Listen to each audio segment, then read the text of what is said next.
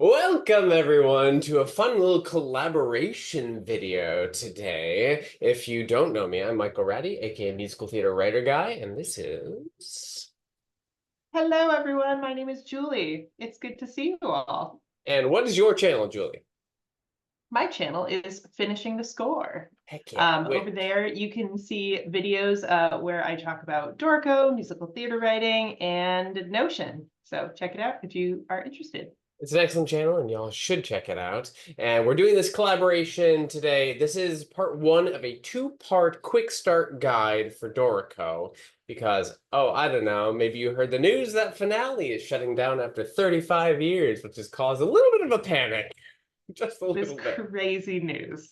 Crazy news. It is the industry standard for 35 years, and particularly where musical theater is concerned. And since we're both Yeah. musical theater writers and we are people who are constantly working in our notation software programs, we figured now would be a great time for us to dive into really the essentials of what you need to get started in Dorico, doing what we do, so that you don't have to learn the entirety of the depths of the program first in order to get going.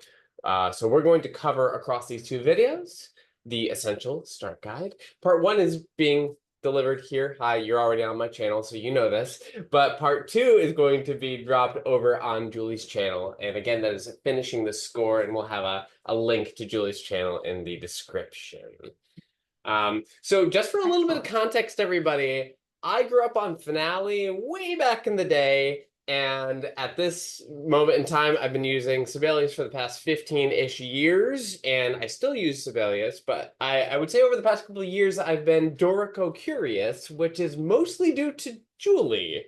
Um, I know that there's been a lot of questions about Dorico over the past several years, and I've had a lot of questions as well, and hopefully we're going to answer several of those today. Julie, where are you coming from? Yeah, so I started working with Finale. I wrote my first musical in Finale in 2011. Kind of took a little bit of a break from writing in notation for a while. When I came back to it in about 2018, I was trying to decide whether to jump into the new version of Finale or try something new. And I got a lot of feedback from some people that Dorico was like the up and coming new kid on the block, and I was already using Cubase, also by Steinberg, and I really like that program. And so I ended up going over there, and I've been telling everyone that Dorico is great. Michael can attest to this. That yeah, and so I'm really glad to be able to share the knowledge that I've gained using it. I'm working on writing a musical in it right now, and I orchestrated a musical in it in the fall. So happy to share what I've learned with all of you. Yes, and you're all in good hands today. So the way this is going to work is Julie has kind of crafted a bit of a walkthrough for both parts one and two. So we have a planned chunk to get through today for sure. Being the newbie here and not knowing the program, I will hopefully be the voice of questions and some extra little thoughts and comments along the way. But Julie will be driving this train. Sure, it's a train now. Driving this train today as we go through. There will be screen share, and she will walk us through the details of what we have going on. Is there any more preface we need to give, Julie? Let's dive right in. Sweet, let's do it. So we're gonna hop into a screen share here, and Awesome. as that's coming up, I'll just say, hey, if you're seeing this video and you've never worked in music notation software, essentially what it is software in which to create music through a sheet music format, either played in through some sort of MIDI input, or could be imported in, or put in by hand, like I still like to do, because I'm old school. Yes, indeed. All right, so I am working in Dorico Pro 5. Just so you know, there are a lot of different versions of Dorico. The Pro version is the fully featured one, and I recommend it if you're using, like, if you want to do any kind of complex formatting or layouts. There's a lot of stuff in it that's very valuable to musical theater, but if that price point is a little bit scary to you, then by all means, there's like versions of Dorico all the way down to free. So what I'm going to start today is So you're going to get a hub when you start. This window is called the hub, where there's a bunch of different templates you can pick from. But just to give you a sense of how to start from a blank sheet, I'm going to go File, New here. And this is what you're going to see when you first arrive in Dorico. So let's get a quick lay of the land here. So in all of the different modes that Dorico has, you're going to get 4 different areas in the layout. So there's this top bar here.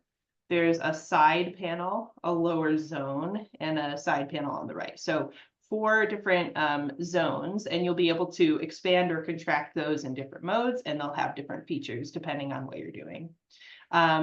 In Dorico as well, up here on the top left, you'll see these setup, write, engrave, play, print. Everything that you will be doing in Dorico is in one of those 5 modes. We're going to start on setup, but just to give you a sense, like when you move between these modes, the panels on the sides and bottom change features as you move around. So let's set up maybe a typical musical theater piano vocal kind of a thing. So this is something that I am working on. My current musical, To the Lighthouse, I've got like vocalists, I've got a piano vocal, like a piano conductor kind of a track, and then I've got a couple of instruments in there as well.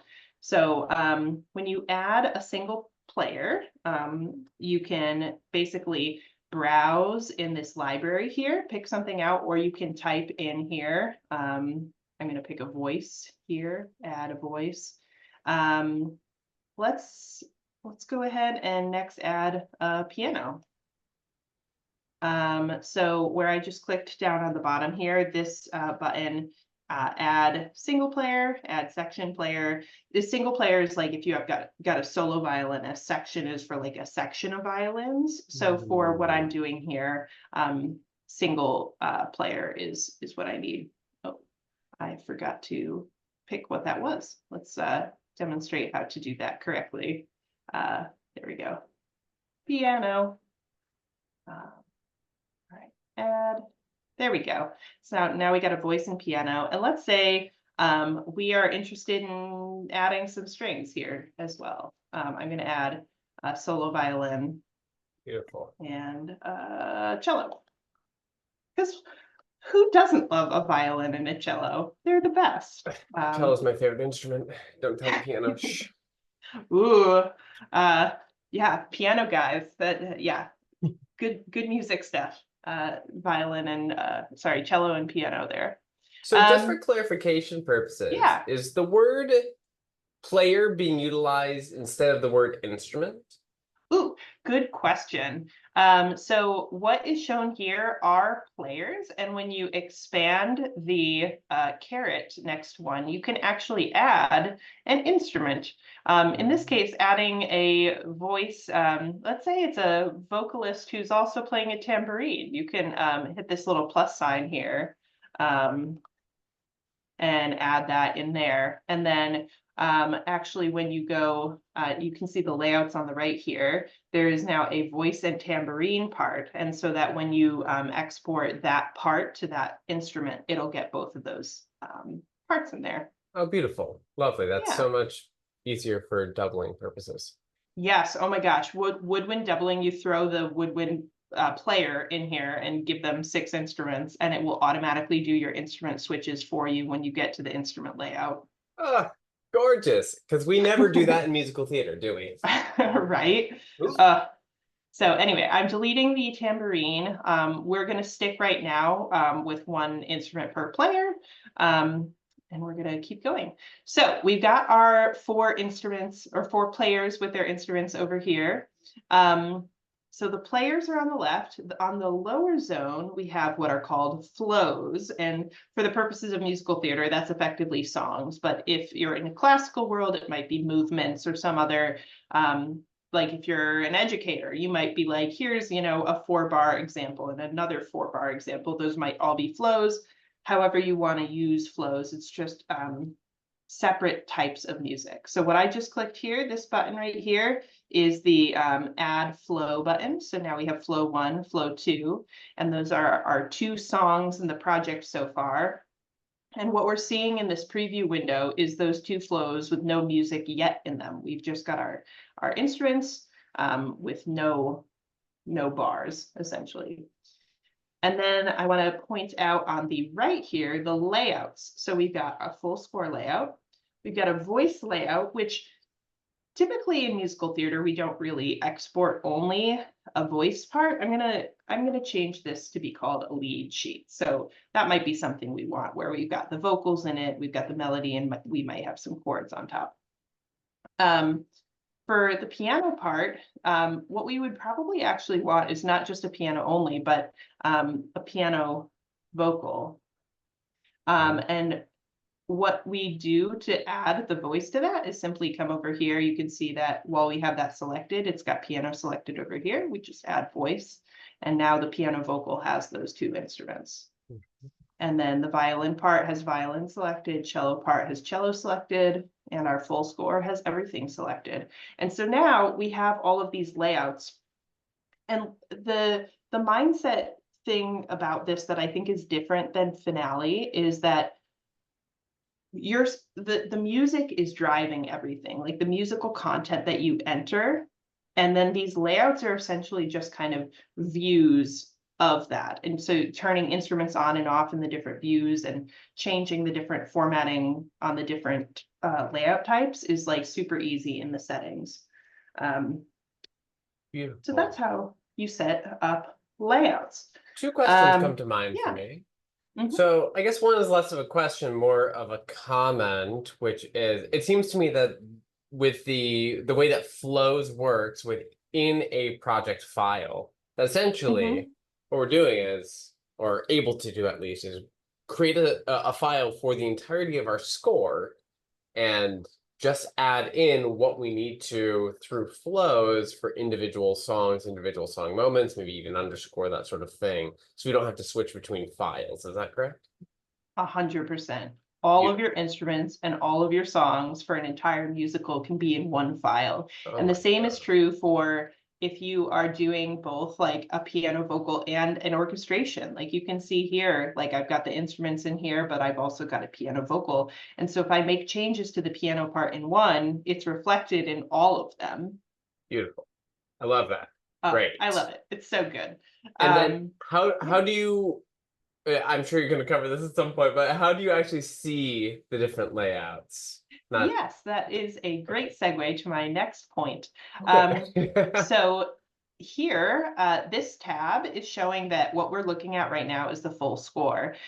This drop down here lets you change what layout you're looking at on the current tab. So if I change this to piano vocal, you can see that that changes my tab here to be the piano vocal part. I can also right click on the empty space next to that tab and go to new tab, or Control T lets me get a new tab, and I can pick any one of these. So let's say I want the piano. Oh, the other one was piano vocal. Let me change this back to full score, and now piano vocal. So I can switch back and forth between these layouts super fast by just going to tabs. Great. And does that for CPU, does that slow us down a lot to have multiple tabs open? In large projects, it definitely, you can tell when the full score is open in a tab. So like if I'm working on, and this is like a tidbit I'll share, like I'll get into in part 2, like there are ways to like create layouts that are super focused on just the song you want to do, or just the instruments you want to do. So you're not taking up too much CPU bandwidth as you're working. Great, well, thank you for answering. Yes, of course. So after this, I want to point out there's 2 types of views here. There's page view and galley view. And what we're looking at right now is galley view. And galley view just lays out all of your instruments top to bottom, and like the music just infinitely scrolls to the right. And so when I'm writing music, I like to be working in galley view. But if you want to see the page layout, you can click on page view, and this is what essentially it shows you right now. So we've got our untitled project, and the 2 flows are listed with a little flow header here, and that's how it is currently laying out the full score on the page. And you can see the same thing if I go to page view for the piano vocal, it's actually currently laying out both of the flows on the page because there's room for it. And you get your little instrument call out at the top. Right. I think that's it for setup mode. I think we're ready to get into creating some notations. Beautiful. Cool. And just quick keyboard shortcuts. So these 5 modes here are control 1, 2, 3, 4, and 5. So I'm going to hit control 2, boop, and that pops us over into write mode. And I guess just one of other like mindset thing about Dorico, this program is designed to be used with keyboard shortcuts, and that makes it a little bit of a steep learning curve when you first jump into the program, because some of the things you might not find easily, but like once you know that, oh, it's Shift M, like then you can like immediately go right to it. And so I want to point out a resource that I have found. Love a resource. And we can put this into the description box for everyone. This is a Dorico quick reference card. This was made a long time ago. This is dated 2019, but I believe that all of these are still true. They don't really like change, you know, version to version, and I haven't found a newer version of this, but I think it's still pretty accurate. So the ones that I'm going to highlight quickly right now while we're looking at this are the rhythm values over here, the 1 through 9 for what is that, 128th note, something like that, 64th note. All the way through a double whole note, so 1 through 9. I tend to use the number pad on the right of my keyboard, but if you don't have that, the numbers along the top of the keyboard do the same thing.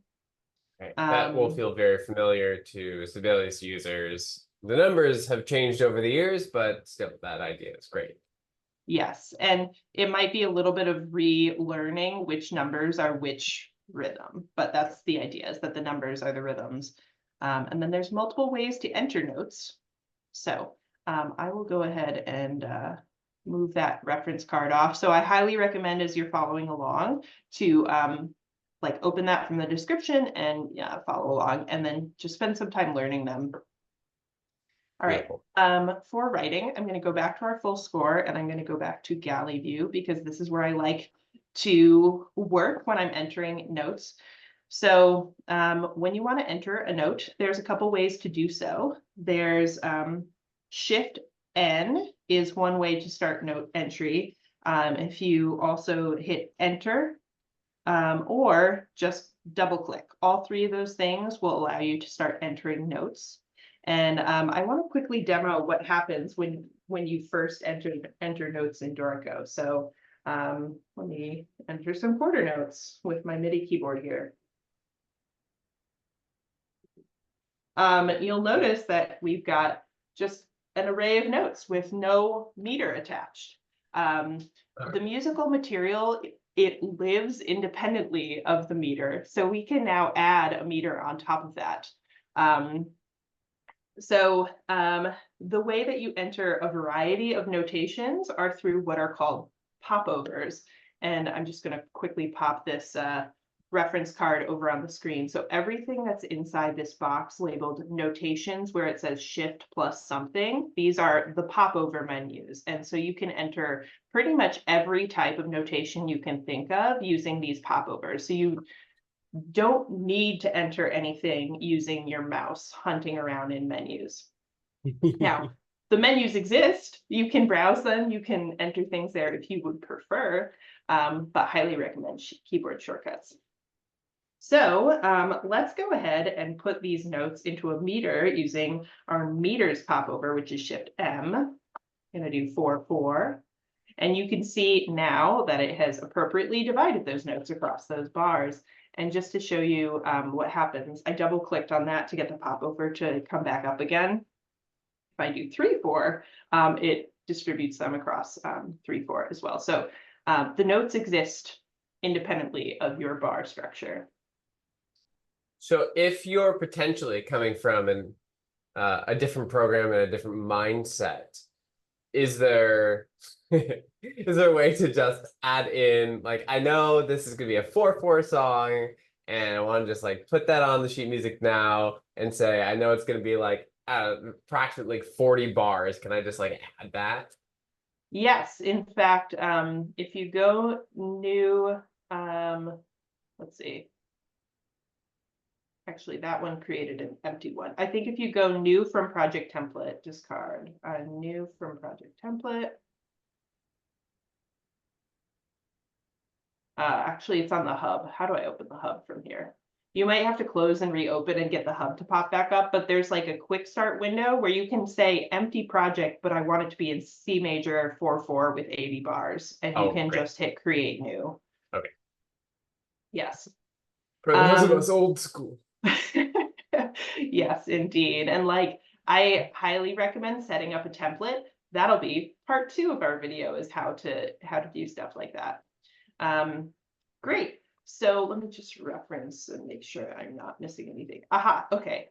For note entry, one of the big mindset things to be aware of is when you're in note entry mode, is something called the grid. Notice that I'm when I use the left and right arrow keys here, it's moving me around by a certain unit. This grid unit is set with this little drop down all the way in the bottom left. So right now it's on 8th notes. And so my 3/4 bar is currently being subdivided into 8th notes right now. I can change that grid down here to be quarter notes. And then that's how my caret moves if I want to do that. It's important to be aware that the note entry duration and the grid value are different things. So like, if you know you're never gonna like enter notes at like a 16th note level, you'll never need to go down to that level. You could just keep it at an 8th note, but you might only be entering quarter notes.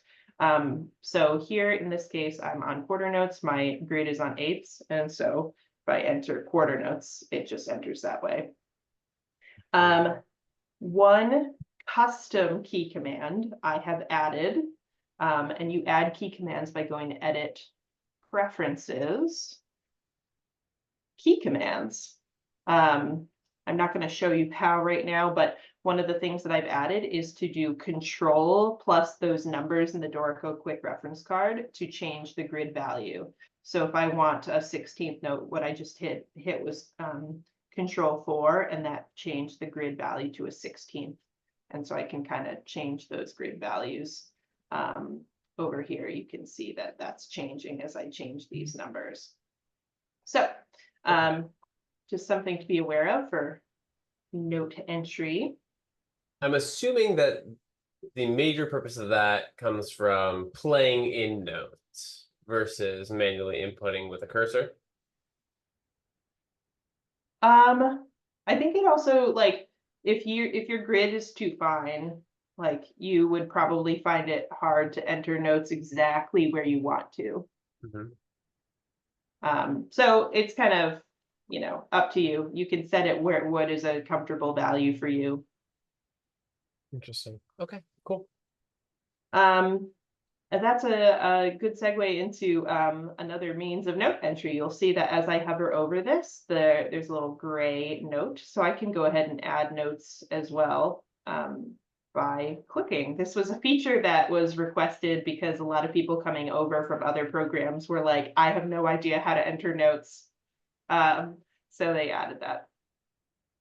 If it were not for this explanation, I also would have been one of those people. Yes. And so you can enter through a MIDI keyboard, you can enter by clicking, you can enter through using your keyboard shortcuts, A, B, C, D, E, F, G, A. So there you go, you can enter that way.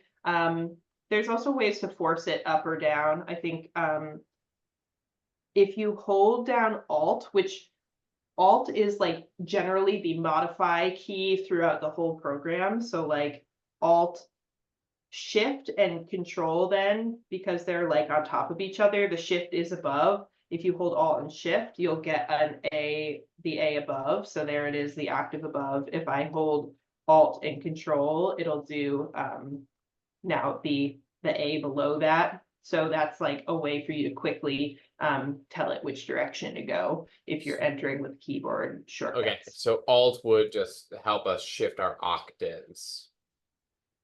Here, Or in this case. in this case, it'll like force it to choose the next higher or lower instead of the nearest. So right now, if I hit C, it's picking the C below that. But if I undid that, if I wanted the C down, I could do Alt Control C, and now it picks the lower C.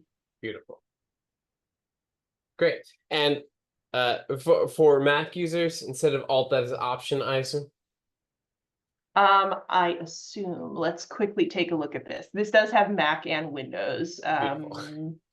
I think that was, let's see, note entry, note input.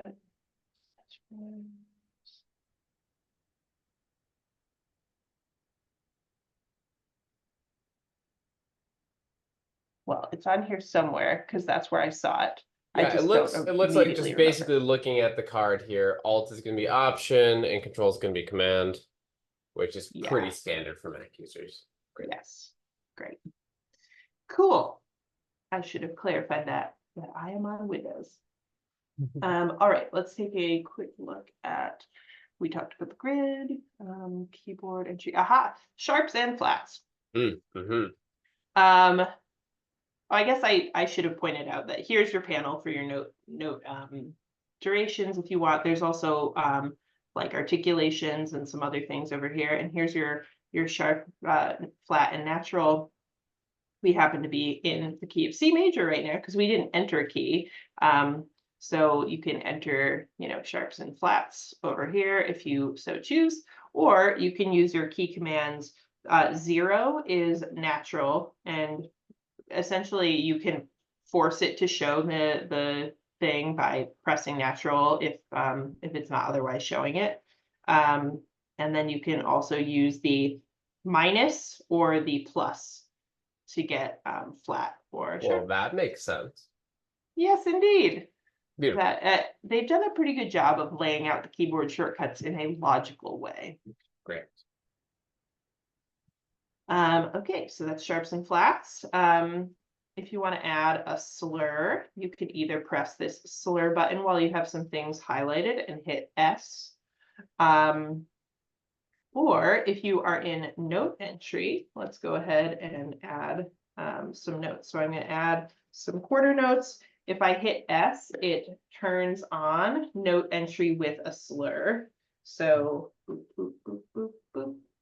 And then you can hit Shift S to stop the slur, and then you can keep going without the slur. Or hit S again to start the slur, start a new slur. One thing that is good to note that other programs like Finale do not do is how it handles ties. So let's go ahead and add. I'm going to add, so we're in 3/4. So if I add a whole note, what's going to happen is it's going to enter a note that goes across the bar line. So there is a note that goes across the bar line. It smartly knows that we can't fit that in this bar, and it will automatically tie it. And the same is true. I just changed that to a half note. If I move that back one note, it now is displaying that half note across the bar line. And this is part of the same feature of like the music exists independently of your meter. Like the meter will just display it smartly, depending on how it's laid out into the grid. That is a lovely feature that's going to make certain things way quicker. Yes, indeed. And then like similarly, it knows that like there's you want to observe the quote invisible bar line. So when I just moved that note to the right by 1/8 note, and it has created a tie from the and of 2 to beat 3. And so it does that automatically, which is another cool thing. You do not have to like do that from a notation perspective. And there's a way to change that setting if you don't like it to do that. So let me move that back for a moment. Let's see, I think it's called force duration. This one. Whoops. This is a setting I don't use a lot, so I guess I don't know what that does. But you can force the this to display as a quarter note if you don't want it to do that. There's a way. Okay. So anyway, And I assume there's also just generally a way to add or subtract a tie if you want it or don't want it. yes, yes, indeed. So because this note it looks like a tied note, it looks like two notes tied together, but it's really one quarter note in Dorico's mind. What I'm going to go ahead and do is go into note entry, and there is I think it's this one, scissors. Yes, you can use the scissors to cut that. It's also U is the keyboard shortcut, and you can retie that together using the T key command. Okay. Okay. Ooh. And some like fun things in here too. So like, oh, this is another use of the grid. So like, if I want to subdivide this quarter note into, let's say, 16th notes, I have to go to a grid of 16. So I'm going to change Control 4 to get to the 16ths, and I can hit U to add a little cut at a 16th note, or I can hit Alt U to basically cut that whole note into the subdivided grid value. Interesting. Yeah. Okay. So that's pretty cool. Like if you're in a piano part and you've got like chunked whole notes, but you really want like a 16th pattern, you can do that to like save yourself a lot of time. Okay, but that's going to lock it to whatever your grid is set at. Yes, but the grid can be changed to whatever you prefer. Yeah. Fascinating. All right. All right. Let's see. Okay, and then one more means of note entry is using the record. But before we do that, I'm going to quickly show you one additional popover, which is the bars popover, which can be accessed by Shift B. And I'm going to add 8 bars. And so now we've got some music into which we can record. And so I am going to go ahead and record a little piano something. Just worth noting right now that we don't have it set up right now for the Dorico audio to go to Zoom, so you're not going to hear what I input, but I'm just going to demonstrate how this works. So when I hit record, which I'm going to actually hit, I have the asterisk key. This is one that I added because it matches Cubase key command. So the asterisk key does record for me, and you'll hear the click for 1 bar to count you in, and then you can essentially record. So I'm going to do that for piano.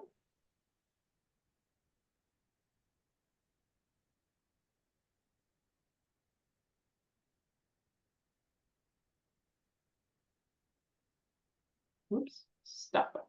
Okay, I was a little bit off the beat when we first started here, so these notes are a little off. Let me move those back, and those were quarter notes. So there's a little bit of tweaking to get like the exact lengths that you want. That it depends like how well you are at lining up to the beat here. I think I was just a little bit off. Does it make a difference what your grid was set at before you hit record? No, okay. But there is a preferences in here. I believe it is under play. No, it's not under play. Maybe note input. Oh yeah, no.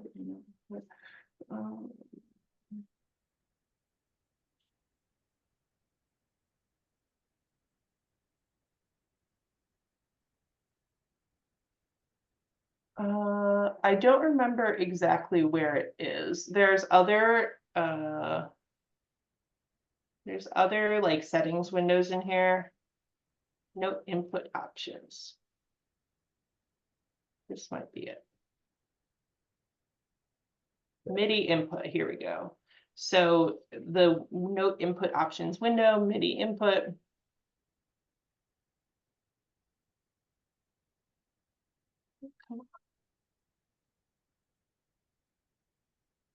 Oh, this is actually not live recording. This is like input with Oh, the I MIDI see. keyboard. Okay.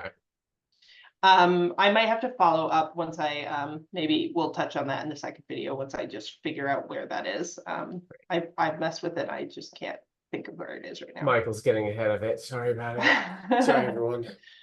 But basically you can set the grid in that dialog box, like how small of a note you want it to record. Great. And you can also set whether you want it to have triplets or not and other things like that. Lovely.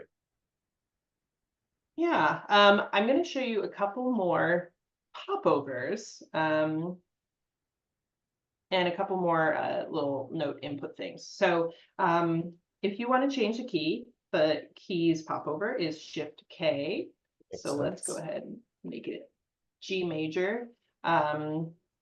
So I think, let's see, if we do the keys popover, if we do a lowercase g, does it do G minor? Yes, you could do upper and lowercase. You can also, I think, type in G major, G minor. Let's go back to G major. You want a tempo, Shift T, and then you use like Q equals, and then well, let's do one time. Why not? You can also use the tempo popover to do like retardandos and accelerandos and things like that. Right. And then you can do Shift T, tempo. Oh, that is so much faster. It's pretty cool. And I like that. At risk of doing too much of a side thing right now. So I just went into the lower zone and I'm highlighted on these tempo things. And so this tempo track is shown. And so it's actually showing you the behind the scenes of what the tempo track looks like. And you can even like change some of these things. Actually, no, not that one, because that's locked into that one over here. But you can choose what the retardando sounds like. Yes, you can.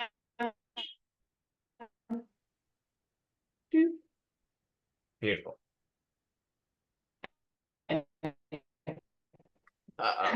This is the wrong direction, but yes, you have the ability to do that. And I think there's ways to change the shape of that, Okay. but I haven't really messed around with that. No So worries. anyway, I'm going to close the lower zone by closing this little arrow here. Great. I'll so just also that's point out, because I don't think you know tempos. this, Julie, but our audience will Yeah. know that in having that lower zone open, as soon as you started doing work in there, Zoom started lagging. So that does seem to eat up a Oh, little CPU, just so we know. Good to know, interesting. Good to know. All right. Makes sense. It's beautiful though. Yeah. I have a One question thing about I am going keys. to, yeah, go ahead. So let's say I was writing the song in C major, and then I realized partway through, like, oh, actually, I think I want this whole thing in D major. If I were to add the key, I see that the key just pops in, but it doesn't shift the music along in a transposed way. Is that a separate command? Correct. Yes, indeed. So in order to answer your question, I will tell you about one more feature that will help us do that successfully. So that is what is called the system track up here, this like little track of gray boxes. And if you click on that, you have a couple of features here. There's a trash can, so you can delete a bar using that. There's also this box on the right, which allows you to select basically all of the musical content across all of those instruments. And so if you have a section that you want to transpose, let's say you want to transpose these 4 bars, you can select those 4 bars using the system track. And then you can go up to write, transpose, and then you get this window here, that there's like a calculate interval thing up here, which is like a way to help you, but it doesn't do anything over on the left panel. The left stuff is what actually happens. So if you wanted to go from C natural to D natural, let's say same octave here. So we hit apply, and what it's doing here is then setting, okay, you want to go up by a major second right here, but it doesn't actually like set anything. It doesn't apply it until you hit OK. And then you could say transpose key signatures, although in our case, we're at G major. So what's going to happen is it's going to go up from G major to A major, not C to D, like what that says over here. So it's a little confusing right now. G to A, apply, but it doesn't change anything here because it's still up a major second. Okay. And so that moves all of your musical content up and changes the key signature. Cool. Great. It did not move the musical contents after bar 4 because we didn't select that. But because we didn't have a key signature here, it didn't remember that this bar was at G major before, which is an interesting thing. You kind of want to make sure you have a key signature at your key moments, so you don't like, basically this would look like you got a bunch of accidentals if you didn't add the right key signature. Great, but it fixed that pretty quick. Okay. Yeah, a couple more popovers I want to show you, which is one is the dynamics one. And I want to show you how you can add dynamics across multiple instruments. So I'm currently in note entry on the violin. If I hit shift down, I can actually now enter notes across both of these instruments. And so I'm going to use my MIDI keyboard to add some notes there. And I can select all of those notes, do shift D, and I can simply type in piano left, or like less than symbol F, and get a piano to forte crescendo here. And these two dynamics are linked together. So if I select one, it's shown in orange, and then the linked one is shown in blue. And I can basically like edit these dynamics, and it will be linked across instruments, which is pretty cool. That's great. Also very cool that you could do that entry of 2 instruments at once. Yes, it's so great. And there's also a way, I haven't used it a lot, but I think some people would find this valuable, to enter like on a piano staff, like just some chords, and you can then explode that across like a bunch of strings. If you don't want to like enter all of the things on the individual string staves. Awesome. Yeah. So that's dynamics. Chords, you can do shift Q to do chord entry. Oops. And we can basically enter our chords here. I'm going to hit space, and that advances it one, I think, grid position or 1 quarter note. Let's see. 1 grid position. If you hit tab, then it advances it to the next bar. So depending on what scale you want to enter chords. There's also a pretty cool feature. Let's say you are entering notes in the piano. Oops. Let's make some chords in the piano. You can go to,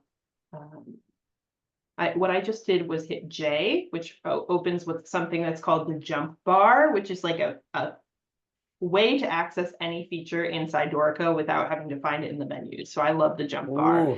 Yes. And I'm going to do generate chord symbols from selection. It opens this box where there's like things you can tweak. I'm just going to hit OK in this case, and it generates my C, F, and G at my chord track. So if you're a person who just wants to enter all your piano stuff and be like, generate chords from that, like you can do that. And the opposite is true. I know there's a feature where you can enter your chord track and be like, make chords on my piano from that. So if Oh, you're that would not a be super piano useful player, for people. yeah. And one thing that's different about other programs is that this chord track is a global thing where you can basically turn on and off its visibility across instruments. Wow. One thing that like it doesn't have a feature yet is like if you want a different chord track for a specific instrument to like display something differently than the main chord track, which you might want for certain orchestration kind of things, but it is a global chord track. That's chords. I think that's all of the entry. Actually, there's a couple more things. I'll try to be quick on them.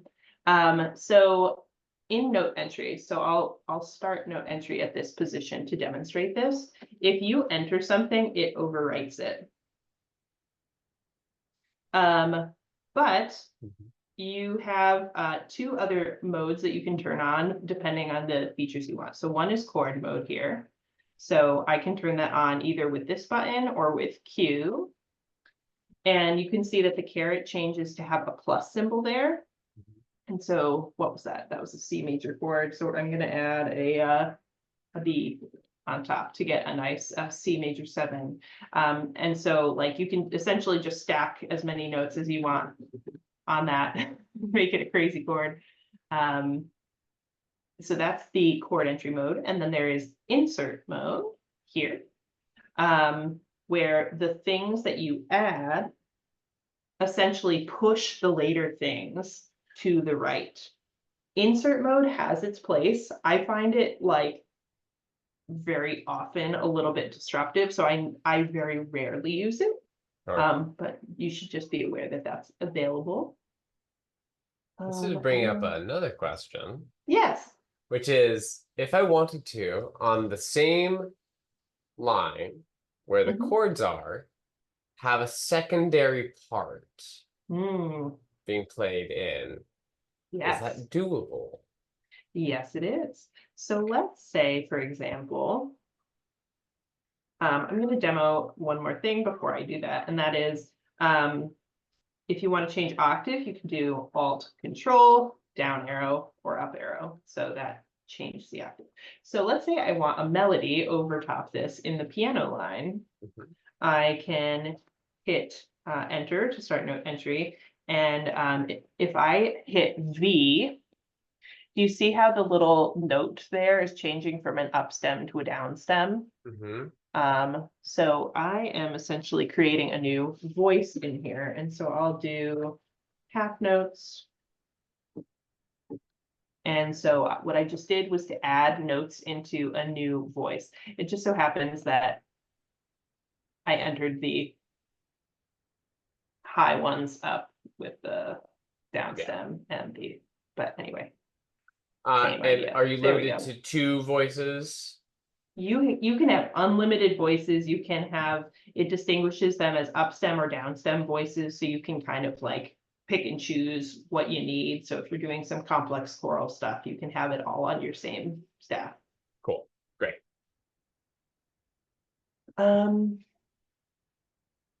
I think that the only other thing I want to hit on are like how to like move things around. So like I mentioned earlier that the Alt key is like kind of your adjust, like it allows you to modify stuff.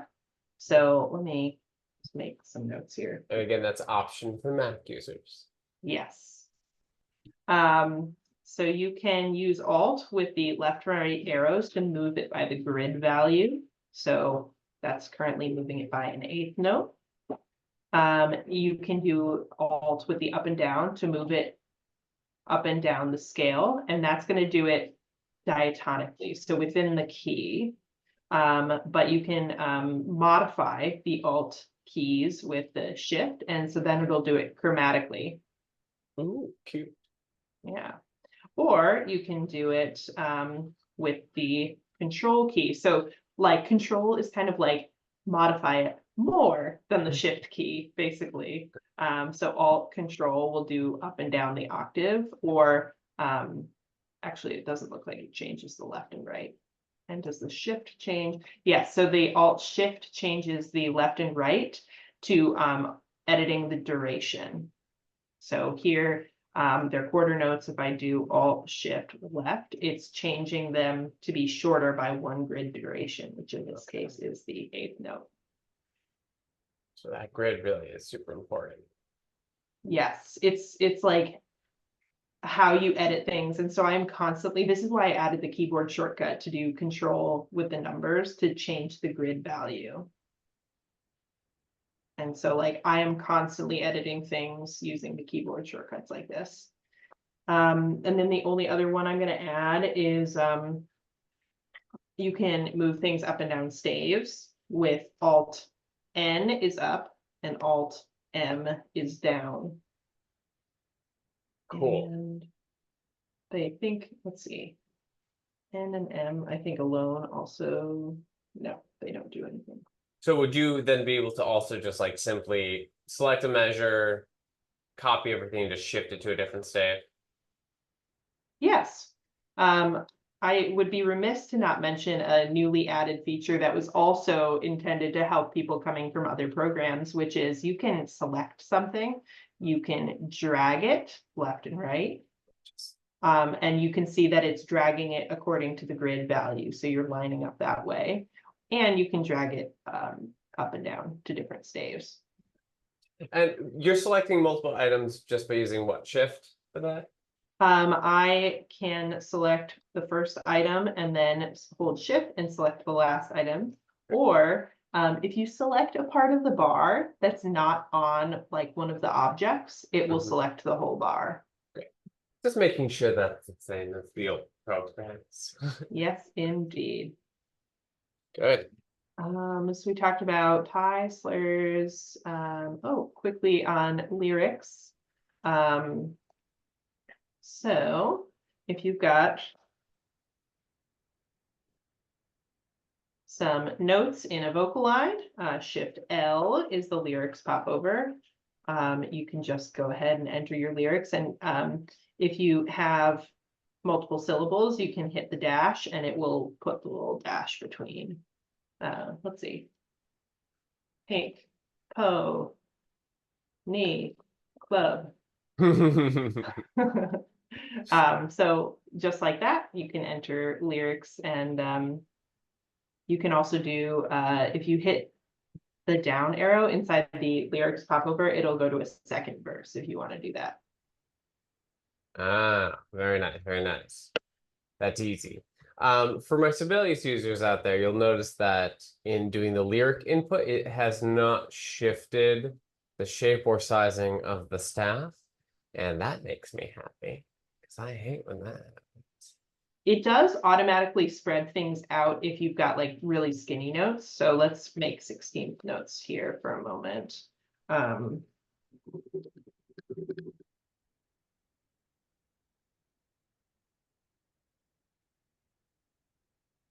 Right. But it's not ever going to shrink your notes closer together and cross your text over itself, correct? Correct. By default, it spreads out the notes to accommodate lyrics.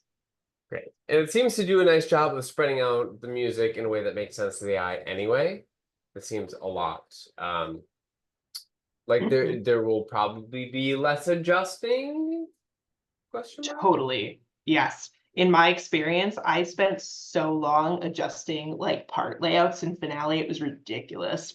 That's my least favorite part of engraving in Sibelius is the look. Yeah. It hurts. So Great. we talked about, I think the last one I'm going to mention is piano pedals. Great. So the P popover, shift P, gets you the playback.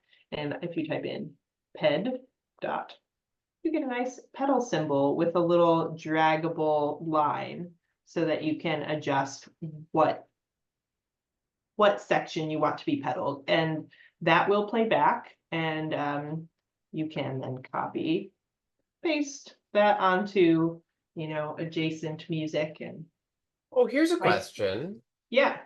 So I see that it's giving you the text of pedal again, but that's Mhm. not standard notation. Standard notation would give you the caret lift and then a continuation without the text again.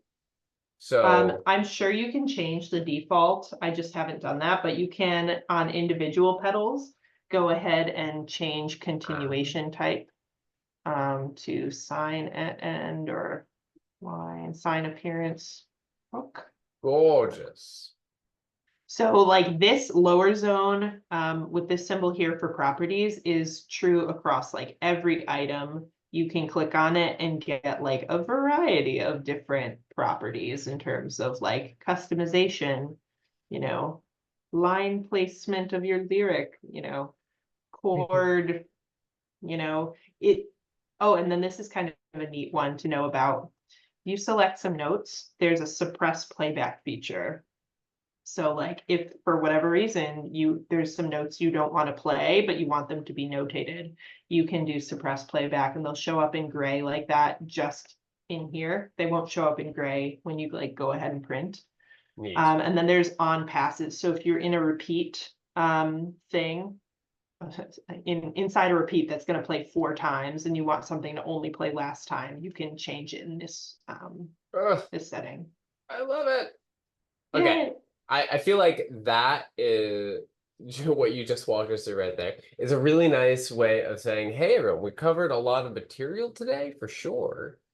Like general basics we all need to know, but I think that was Mhm. a beautiful sneak peek into just how much more there is There's so much in more. going My deep goodness. in. Yes. I haven't even touched like the layout settings, like adjusting layouts. This is like just how do you get your music in there? Like how do Yeah. you enter the notes? How do you enter things with popovers? I would also be remiss to not add that like everything I've been showing from the popovers can be accessed using the panel on the right here. Hmm. So if you click on clefs or keys or meters, like each one of these generally represents a popover.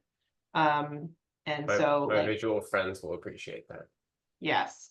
So if you want to know, like, what are the things that I could do?